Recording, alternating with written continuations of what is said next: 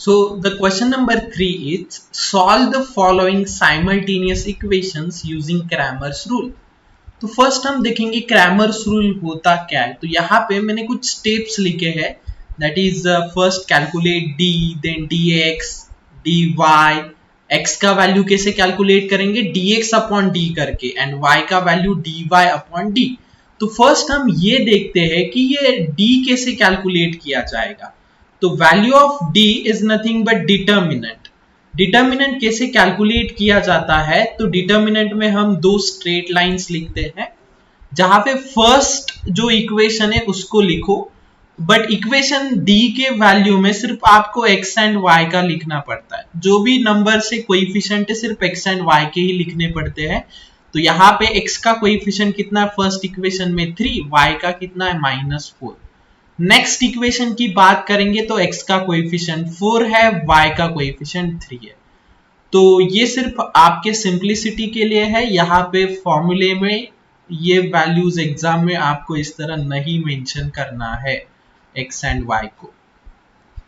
तो इसका determinant calculate करना है खाली, that is 3 3 9 minus 4 4 16, so the value is 9 plus 16 is 25. Next step is to calculate dx, and dx का value कैसे कैलकुलेट किया जाता है। तो सेम इसी तरह आपको दो इक्वेशंस कंसीडर करने, बट dx मतलब change the value of x, right. dx में हम x को कंसीडर नहीं करेंगे, x की जगह पे कांस्टेंट डाल देंगे। कांस्टेंट मतलब ये 10 एंड 5, एंड y का प्लेस एज इट इज रहेगा। तो dx आपको याद रखने के लिए भी बहुत सिंपल है कि चेंज करो x को। फर्स्ट इक्वेशन में कांस्टेंट का वैल्यू 10 है, y का कोएफिशिएंट -4 है। सेकेंड इक्वेशन में कांस्टेंट का वैल्यू 5 है एंड y का कोएफिशिएंट 3 है। दैट इज सिर्फ आपको x को कंसीडर नहीं करना है, और प्लेसेस ऐसे ही रखो, दैट इज x को रिप्लेस करके c पुट करना, y एज इट इज रहेगा 10 3 30 माइनस 5 4 -20, तो माइनस माइनस हो जाएगा +20। So 30 plus 20 is 50, and the next step is dy.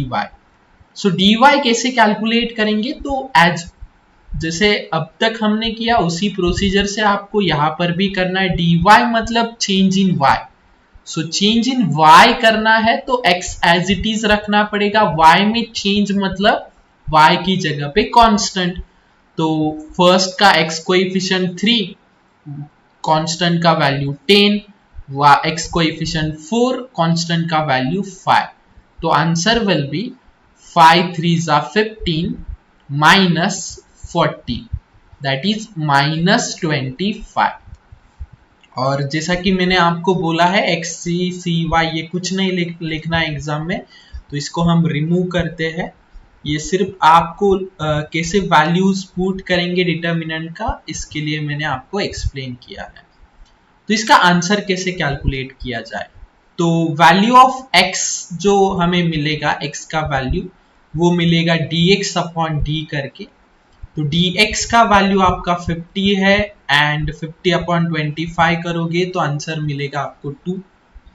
y का वैल्यू मिलेगा आपको dy अपॉन d करके, that is dy is -25 upon 25 is -1, so x, y का जो वैल्यू है वो है 2, -1।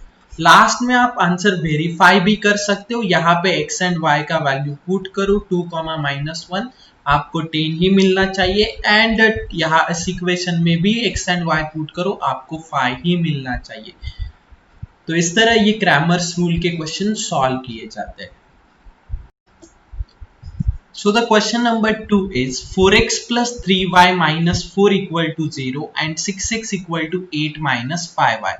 तो फर्स्ट थिंग इनको स्टैंडर्ड फॉर्मेट में लाओ। स्टैंडर्ड फॉर्मेट मतलब ये जो मैंने यहाँ पे लिखा है, that is 4x plus 3y, 4 को शिफ्ट करो तो +4 हो जाएगा, एंड 6x minus 5y को शिफ्ट किया +5y equal to 8।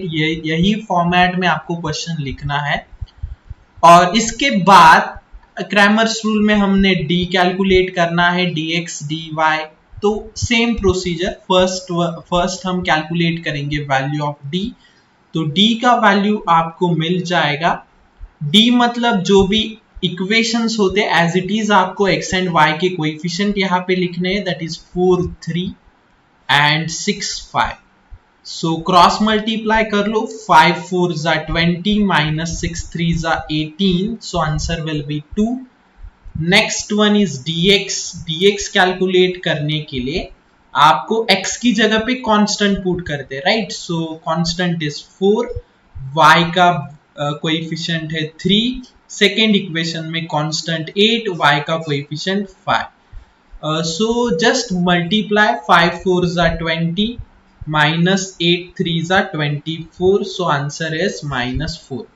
Next is to calculate dy, that is y को चेंज करना है, y को चेंज करके कांस्टेंट पुट करेंगे, x आपका एज इट इज रहेगा 4 एंड कांस्टेंट है 4, सेकेंड इक्वेशन में x के साथ 6 है एंड कांस्टेंट है 8।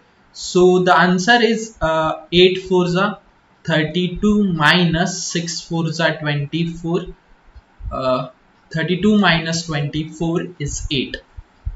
X is nothing but dx upon d and y is nothing but dy upon d. So x is dx is -4 and d is 2. So answer will be -2 and dy is 8.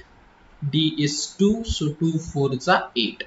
So x comma y is nothing but -2 comma 4. So this is your final answer, that is -2 comma 4. ये value अगर आप यहाँ पे put करते हो तो आपको answer मिलना ही चाहिए 0, that is 4 2s are -8 plus 4 3s are 12, 12 minus 8 is 4, 4 minus 4 is 0। Same इसी इक्वेशन में पुट करोगे तो भी आपको दैट इज जो भी आंसर है x एंड y का पुट करो आपको 8 ही मिलना चाहिए। Question number 3 is x plus 2y equal to -1 and 2x minus 3y equal to 12। तो क्रैमर्स रूल से इक्वेशन को सॉल्व करना है, तो फर्स्ट आप d कैलकुलेट कर लो।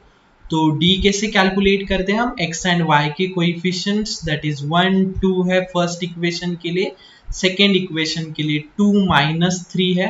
तो क्रॉस मल्टीप्लाई करो, -3 into 1 is -3 minus 2 2s are 4, that is the final answer will be -7। Next step में बच्चों आपको dx कैलकुलेट करना पड़ेगा, दैट इज dx कैसे कैलकुलेट करेंगे, that is change in x। जैसा कि हमने डेफिनेशन देखा कि चेंज इन x, x की जगह पे कांस्टेंट वैल्यू पुट कर देना, that is -1 and 12 and y को एज इट इज रखो 2 and -3। So -1 into 3 is 3, minus minus plus हो जाएगा, -12 2s are 24, so 3 minus 24 is -21। Next one is to calculate the value of dy, that is change in y। x आपको as it is रखना है, x के coefficient that is 1 and 2 and y की जगह पे constants put करने हैं, -11 and 12।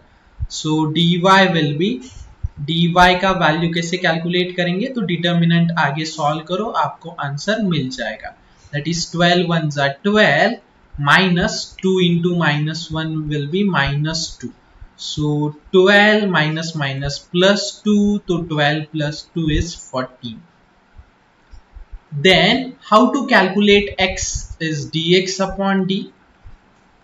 So dx is -21 upon -7, that is 7 3s are 21 and y is dy upon d, that is 14 upon -7, so the answer is -2। So x comma y will be 3 comma -2। so अगर यहाँ पे आप value put करोगे, x का value 3 and y का value -2, तो 3 2 2s are 4, 3 minus 4 will be -1। so same second equation में भी चेक कर लो, आपको यहाँ पर ही समझ में आ जाएगा कि आपने राइट कैलकुलेशंस किए हैं या रॉन्ग।